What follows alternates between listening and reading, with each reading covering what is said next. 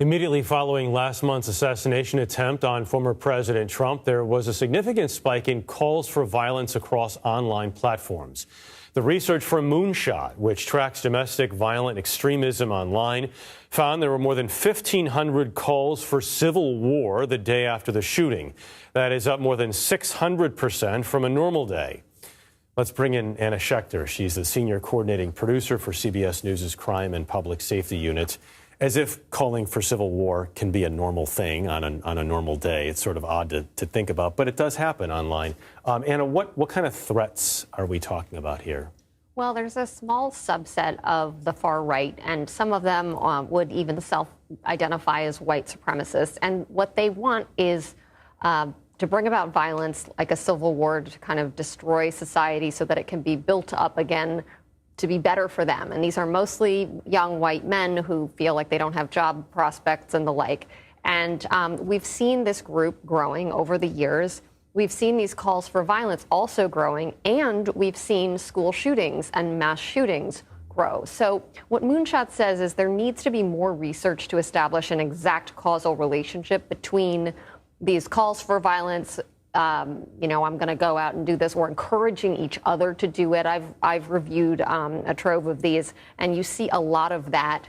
And they call themselves accelerationists to kind of quickly bring about this kind of violence.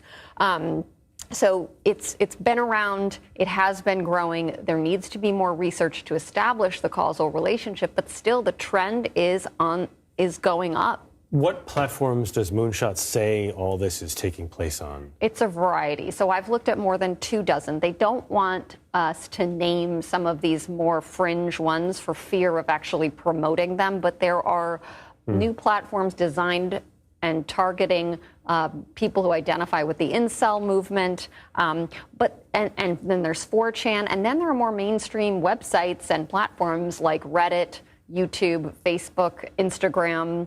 Even they're monitoring the Google searches as a gateway to get to these other platforms. And does Moonshot feel like the major social platforms are being good about monitoring these things? Well, they're certainly devoting a ton of resources, and they've spent a lot of money to hire these security teams and people that monitor it and eliminate this kind of content. I mean, YouTube, look at this. They just told me yesterday that in just the first quarter of 2024, they took down 2.1 million videos that violated its harmful content. And so if you think about that, and you know that they haven't gotten them all, but still, that's a huge effort on their part, but it's a game of whack-a-mole. And when we think about these most violent extreme calls to violence, it's like a game of whack-a-mole. You might have 1,500 or 1,600, and maybe only one of them is really dangerous. And that's what federal authorities are up against. We just saw the rally introducing Tim Walz as Kamala Harris's running mate. He said he's a proud gun owner. Kamala Harris talked about that as well.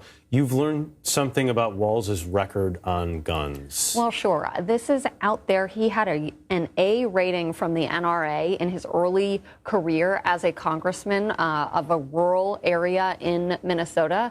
And he was he actually was for legislation to end restrictions on people with a history of mental health, to actually limit red flag laws and the like, and make it easier to get guns. This was earlier in his career. But after the Las Vegas shooting in 2017, he changed his tune. He put out a lengthy statement on Facebook taking a stand against these mass shootings, and he really switched gears and has actually implemented more laws in recent years for universal background checks and even to ban assault rifles. And so the NRA is now against him. He gets an F rating.